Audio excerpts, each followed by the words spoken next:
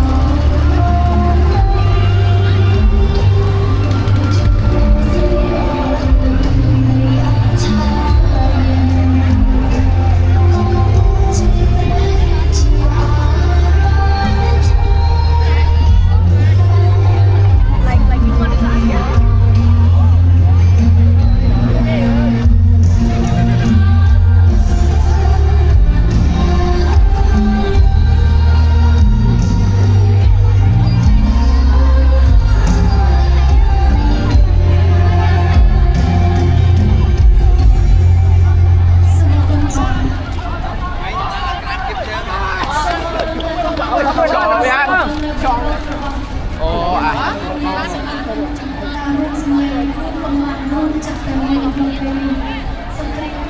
ពិតជាបំផ្លាញគ្រប់យ៉ាងដូច្នេះពួកយើងមិនអត់ត្រូវការសំគ្រាមពួកយើងទាំងអស់គ្នាចង់បានសន្តិភាពយើងទាំងអស់គ្នាត្រូវការសន្តិភាពបងប្អូនអាចស្រែកជាមួយខ្ញុំម្ដងបានទេពួកយើងត្រូវការសន្តិភាពសូមអរគុណចា៎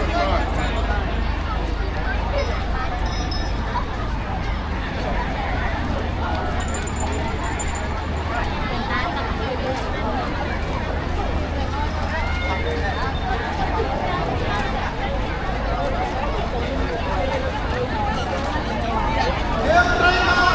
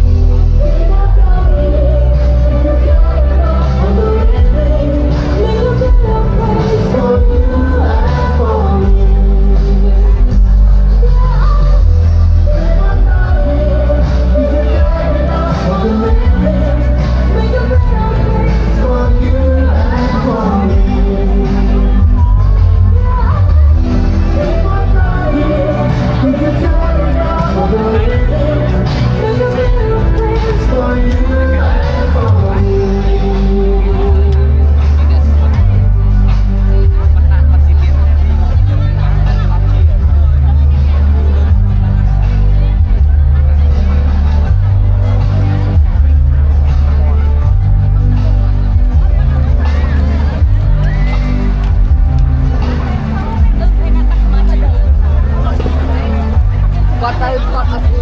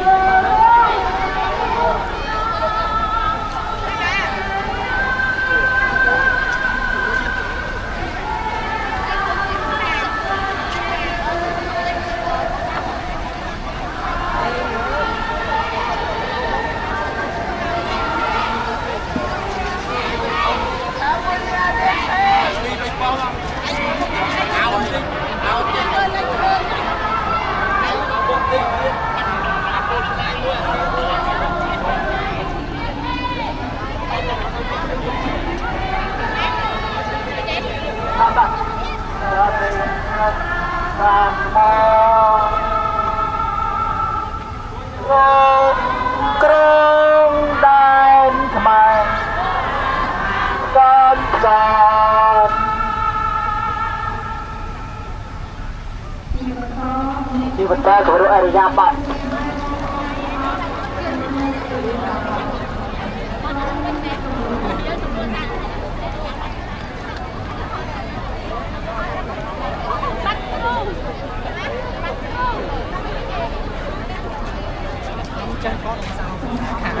สายขาดเลยสายขาด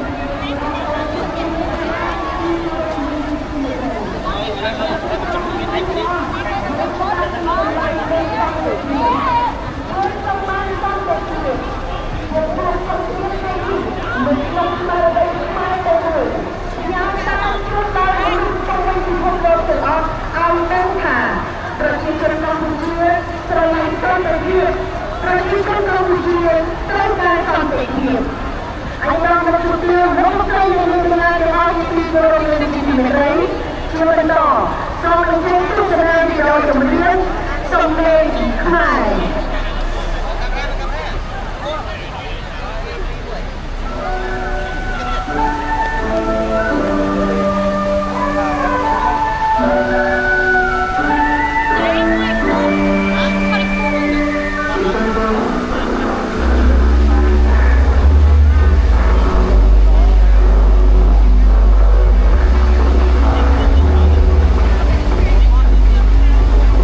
អ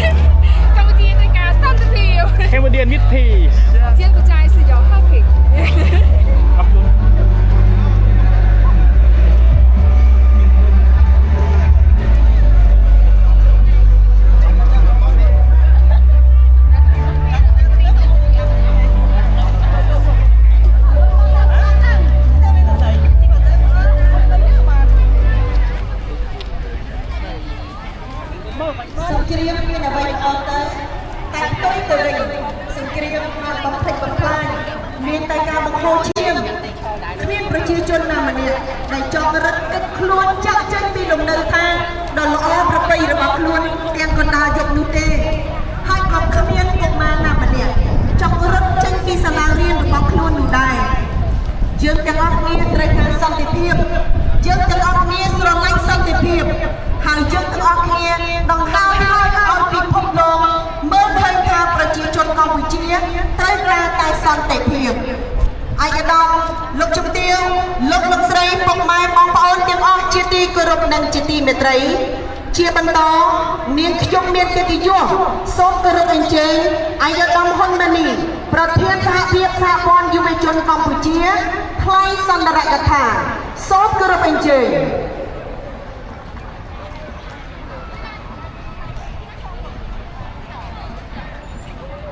ជាយោព្រះរាជាណាចក្រកម្ពុជាជាធំខ្ញុំប្រកាសថាខ្ញុំសូមក្រាបថ្វាយបង្គំសម្ដេចព្រះធេរៈនិងធេរៈរបស់ទីសក្ការៈគណៈអ៊ីម៉ាមសាសនិកគ្រិស្តសាសនិកអាយដាមលោកជាវនិងបងប្អូនជនរួមជាតិទាំងអស់ដែលមានវត្តមាននៅទីនេះសូមសារភាពវត្តមានទាំងអស់គឺមានការព្រៀងបារម្ភឬក៏ផ្ទៃពេកនៅលើខាងតែថ្ងៃនេះពេលឃើញវត្តមានរបស់អាយដាមលោកជាវឲ្យមានប្រេះមុនចូលរួមរបស់សម្ដេចព្រះធេរៈនិងធេរៈរបស់ទីសក្ការៈ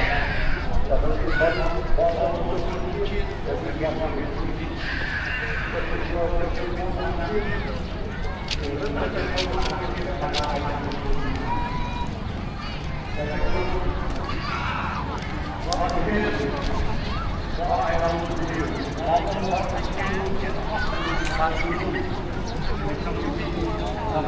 ហើយជាដើម្បីសពគ្នានេះគឺពិតជាការបង្ហាញច្បាស់ដល់ហើយខ្ញុំសូមជម្រាបសាខ្មៅតែប្រជាជនកម្ពុជាអស់ទាំងនៅក្នុងនិងក្រៅប្រទេសគឺមិនត្រូវការសង្គ្រាមផ្ទុយទៅវិញគឺយើងត្រូវការនៃសុខសន្តិភាពសម្រាប់ប្រជាជាតិយើងទាំងមូលខ្ញុំគិតថាថ្ងៃនេះខ្ញុំសូមលើកឡើង3ចំណុចឡើយជី3នាក់បានអត់នឹងចូលទៅដល់ចំណុចទី1គឺខ្ញុំសូមមានការធ្វើការកត់សម្គាល់ចំពោះអ្វីទៅដែលនាំមកនូវមោទនភាពជាតិហើយមកនេះពេលនេះគឺស្មារតីរួមជាតិសម្លេងតែមួយនៃមហាគ្រួសារខ្មែរគឺពិតជាមានភាពអស្ចារ្យពិតប្រាកដមែនតាមសកម្មភាពវត្តមាននៅក្នុងថ្ងៃនេះតាមសកម្មភាពរបស់ព្រះសង្ឃព្រះធេរៈលោកធេរៈគ្រប់អង្គលោកយាយលោកតាបងប្អូនប្រជាពលរដ្ឋទាំងអស់តាមរយៈការបញ្ចេញជាមតិយោបល់ដោយផ្ទាល់តាមប្រព័ន្ធសង្គមការធ្វើសកម្មភាពព្រមគ្នាចេញទៅបរិច្ចាគឈាមដើម្បីជាការបំរុងជួយទៅដល់វីរៈកងទ័ពនិងប្រជាពលរដ្ឋយើងដែលត្រូវការឈាមការធ្វើចលនាដើម្បីរៀបអង្គាសស្បៀងថវិកាដើម្បីជួយទៅដល់ជួរមុខក៏ដូចជាជួយទៅដល់បងប្អូនប្រជាពលរដ្ឋជនភៀសសិស្សក្រៅពីនឹងថែមទៀតការចូលរួមដើម្បីឲ្យការធ្វើរបបដែលក្នុងនោះរបបនៅបន្តថ្មីរៀបចំជួយដល់កងកម្លាំងប្រជាជនរាល់សកម្មភាពរបស់បញ្ជាក់ច្បាស់ថាមកនេះពេលនេះស្មារតីចិត្តបេះដូងរបស់យើងពិតជាមួយនៅក្នុងរដ្ឋខណ្ឌនៃប្រជាជាតិចាស់កម្ពុជាហើយយើងរួមគ្នាជាសម្លេងពិតប្រាកដដើម្បីយើងឆ្លងកាត់វិបត្តិជួបអ្នកបញ្ហាប្រឈមគឺបញ្ជាក់ច្បាស់ប្រជាពលរដ្ឋខ្មែរនឹងក្នុងនិងក្រៅប្រទេសគឺមិនដឹងថាទៅទីនេះយើងក្រោកឆ្លងរួមគ្នាហើយតាមរដ្ឋាភិបាលអាចធ្វើបានឆ្លៃដីច្រើនតែតាមសម្លេងតាមការរៀបរៀងឬក៏តាមសកម្មភាពជាក់ស្ដែងដូចថ្ងៃនេះផ្ទាល់យើងពិតជាចូលរួមគ្នាមកត្រូវយើងចូលរួមចលនាសាស្ត្រសង្គមក្នុងជាមួយនឹងប្រជាជាតិទាំងមូលនេះហើយជាមោទនភាពនៃប្រជាជាតិចក្រកម្ពុជាសូមឲ្យយើងចូលរួមអបអរសាទរសាជាថ្មីម្ដងទៀតសម្រាប់មោទនភាពជាតិរបស់យើងហើយក្នុងនោះក៏សូមបញ្ជាក់ផងដែរថាវត្តមានសម្លេងរបស់អ្នកទាំងអស់គ្នា ពិតជាមានការសារៈសំខាន់ណាស់ក្នុងការបំផាញនៃការរួមរបស់យើងគឺជាធម្មពលជាកម្លាំងនៃប្រជាជាតិយើងទាំងមូលសម្រាប់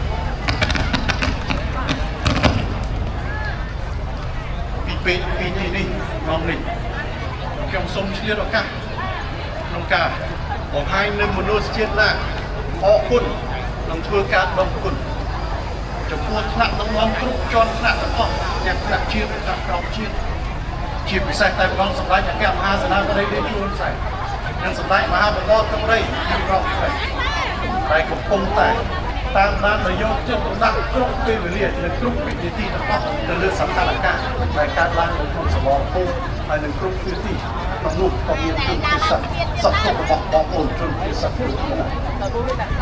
ការខំប្រឹងប្រែងលះបង់ក្នុងការកកយកចិត្តទុកដាក់របស់ថ្នាក់ដឹកនាំគ្រប់ជាន់ថ្នាក់នេះហើយតែផ្ដល់ឱកាសគៀបកក់ដៅឲ្យប្រជាជាតិយើងទាំងមូលមិនថាក្នុងសមរភូមិក្រោយដោយអ្វីដែលវត្តមានរបស់យើងតែក្នុងនោះផងដែរចំពោះប្រជាពលរដ្ឋដែលកំពុងតែជួបប្រទះនឹងមានភាពតម្រូវនៃការភាសឹកភាពខ្លួនចេញពីផ្ទះសម្បែងរបស់ខ្លួនក៏ផ្ដល់នូវភាពកក់ក្ដៅសម្រាប់គាត់យើងទាំងមូលក្រៅពីនោះថាទៀតមកនេះពេលនេះក្នុងនាមជាប្រជាពលរដ្ឋខ្មែរមួយនោះខ្ញុំសូមបង្ហាញនៅការថ្លែងអំណរគុណដោយស្មោះស្ម័គ្រតែម្ដងដល់វីរៈកងទ័ពរបស់យើងដែលមកដល់ពេលនេះផងនេះកំពុងបន្តក្នុងជើងឲ្យអស់អាចខ្លះណាស់ដាក់ជីវិតធ្វើជាដើមទុនពេលសហកម្មក្នុងការការពារបូរណភាពដែនដីរបស់ប្រជាជាតិកម្ពុជារបស់យើងពីរៀនពីគុំគុំយើងជួបតាមគ្នាទៅទីនេះសូមលើកដៃឲ្យដល់សូមសួរដូចជាការអរគុណដល់គុណដល់វីរៈកងទ័ពទាំងអស់ចំពោះការលះបង់ហើយការភាពអង់អាចក្លាហានធ្វើជាខែលការពារជាតិមួយដែលមិនអាចខ្វះបានហើយធ្វើឲ្យមកនេះពេលនេះ